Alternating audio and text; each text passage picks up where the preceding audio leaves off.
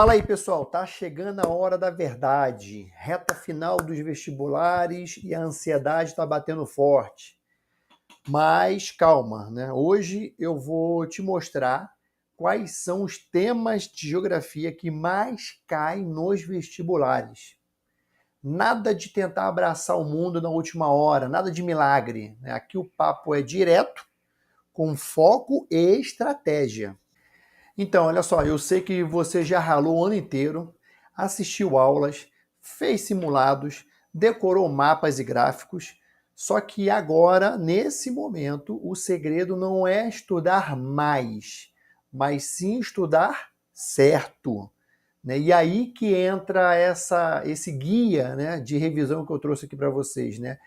A gente precisa entender exatamente o que mais aparece e o que você não pode deixar passar batido. Então, olha só, fica ligado que nesse vídeo eu vou te dar um mapa da mina, né? Os conteúdos de geografia que mais despencam nas provas de vestibulares pelo Brasil afora. Se você revisar isso com atenção, você vai chegar muito mais preparado, né, sabendo que está focado onde realmente importa. Então, se necessário for, assista, pausa, anota os tópicos que eu vou dar. Eu separei aqui 10 tópicos que mais caem segundo a estatística que eu levantei de vários concursos, de várias provas de vestibulares, de faculdades, tá? Então essa é a hora de você se organizar. Não é estudar mais. Agora chegou a hora de estudar certo. Então olha só, prepara aí o seu material, porque eu vou listar aqui os temas campeões de cobrança em geografia nos vestibulares, tá? Desde o meio ambiente, globalização, até questões de energia, urbanização, geopolítica, beleza? Bora afiar essa reta final juntos. Tópico número 1, geopolítica e relações internacionais, né? Aqui, ó, você precisa ficar ligado nos conflitos atuais, Ucrânia e no Oriente Médio, dar uma lida em potências mundiais, né? Estados Unidos, China, Rússia, como é que eles estão aí na geopolítica como um todo, nos organismos internacionais e suas atuações, né? A ONU, OTAN, e a nova ordem mundial, né? A multipolaridade que está bem fragilizada aí. Esse tópico bem específico, né, é a geografia dos jornais. Né? A banca ela quer saber se você está ligado aí, né, no que está acontecendo hoje em dia no mundo. Né? Se você entende, né, que quais são as forças que moldam, né, o mundo de hoje. Então fica ligado aí, inclusive, nos jornais que estão passando aí, que está comentando bastante sobre esse assunto. Tópico 2, meio ambiente e os problemas ambientais globais, né? Mudanças climáticas. Quando falar de desmatamento, fica ligado aí na Amazônia e no Cerrado. Dá uma olhada no panorâmico geral, mas foca mais na Amazônia e Cerrado quando falar de desmatamento. Crises hídricas, acordos globais. Que acordos eu preciso focar? Acordo de Paris, por exemplo, né? Dá uma lidinha lá, vê quem tá fazendo parte, quem está saindo, quem está ameaçando a sair e por quê. Tópico 3, geografia agrária brasileira. Né? O que eu preciso focar aí nessa matéria? Fazer comparação, né, nas características entre o agronegócio e a agricultura familiar. Né? Por quê? Qual é a diferença? Quais são as suas características? Né? Quais são as suas forças e as suas fragilidades?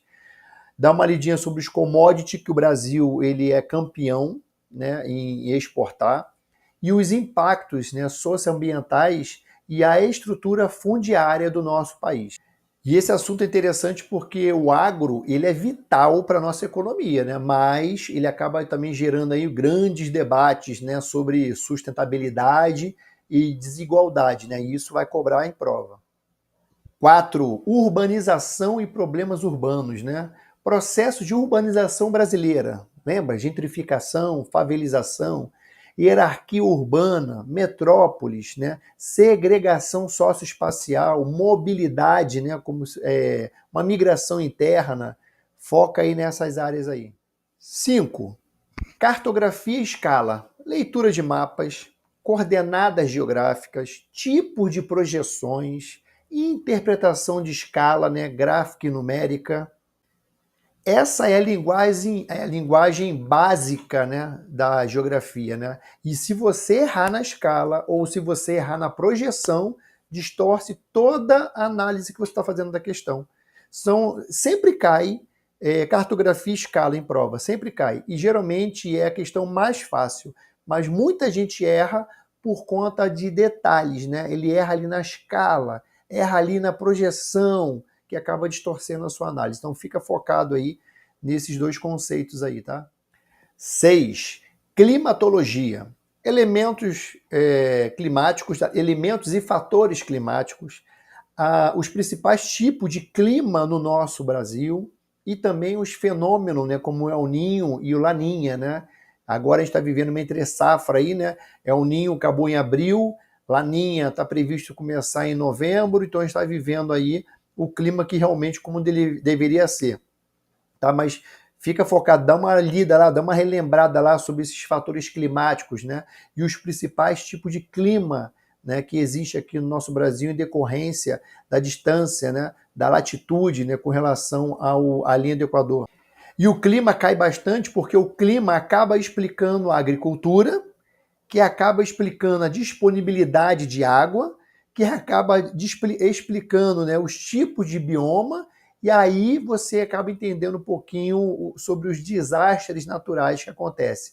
Uma coisa puxa a outra, tá? Fica ligado aí nesse conteúdo. Conteúdo 7, né? Fica ligado aí sobre hidrografia nas principais bacias hidrográficas brasileiras e seus rios principais, né? E o que eu preciso ficar focado? Não precisa decorar, né? Você precisa conhecer essas principais bacias hidrográficas e seus rios principais, né? E o potencial que cada bacia tem para geração de energia, tá? Então fica ligado aí, cada bacia ela tem um potencial diferenciado na geração de energia. E hidrografia é interessante porque a água é um recurso estratégico, né? A sua distribuição, o seu uso, a sua conservação, esses são assuntos, são temas recorrentes nas provas universitárias. Item 8, formação territorial e regionalização do Brasil, né? A gente precisa entender como que o país foi ocupado, né? Quais são as suas divisões regionais, né? O IBGE, geralmente cai muito o IBGE, né? Mas fica focado nas críticas também que ela recebe, né? E aí isso aqui também acaba nos levando às desigualdades regionais, porque cada região ela tem a sua desigualdade em comparação à outra. Item 9, demografia e população, né? Estrutura etária, né? Pirâmides populacionais, a mobilidade, né, na sua forma de migrações, a dinâmica populacional, o que quer dizer? A transição demográfica, né, que a gente está vivendo. A gente precisa entender que a população é o agente das transformações, né? A sua distribuição, idade, movimento, explica muita coisa a respeito do nosso país. Então, fica ligado, né? Principalmente na transição demográfica que a gente está vivendo aí o Brasil. E a 10ª e último lâmina, né? O 10º último conteúdo que eu separei aí para você focar, né? Botar uma lupa em cima aí nessa reta final aí dos vestibulares que estão chegando, né? Indústrias e fonte de energia, né? Você precisa ficar ligado nos tipos de indústria, né? A indústria que é de bem de consumo, bem de capitais, bem de serviço, fica ligado aí nesse tipo de indústria, né? A matriz energética brasileira, fica ligado aí nas fontes renováveis e não renováveis, né? E nos seus impactos ambientais. Todas têm impacto ambiental, né? Umas mais e outras menos, né? Mas todas têm. Você precisa saber essas diferenças. E aqui eu deixo uma dica final, né, para você que vai concorrer a uma carreira universitária, né? Ao estudar, sempre faça a relação, né, com um tema global, com um caso brasileiro, né? O Enem e os vestibulares, de uma forma geral, eles adoram fazer essa conexão. Então você precisa estar o tempo todo fazendo essa conexão. Beleza, galera? Então eu deixo aqui essas dicas, né? No canal você consegue ver alguns pontos alguns desses pontos que eu falei aí em aula bem específicas. Então, como eu falei antes, assista, anote e foque essa reta final para você revisar. Não estude mais, mas agora você precisa estudar certo. Revise esses pontos. Se você tiver segurança neles, você vai para uma prova muito tranquilo e vai achar a prova bem suave. Beleza? Vou ficando por aqui e eu desejo bons estudos para vocês e também uma boa sorte.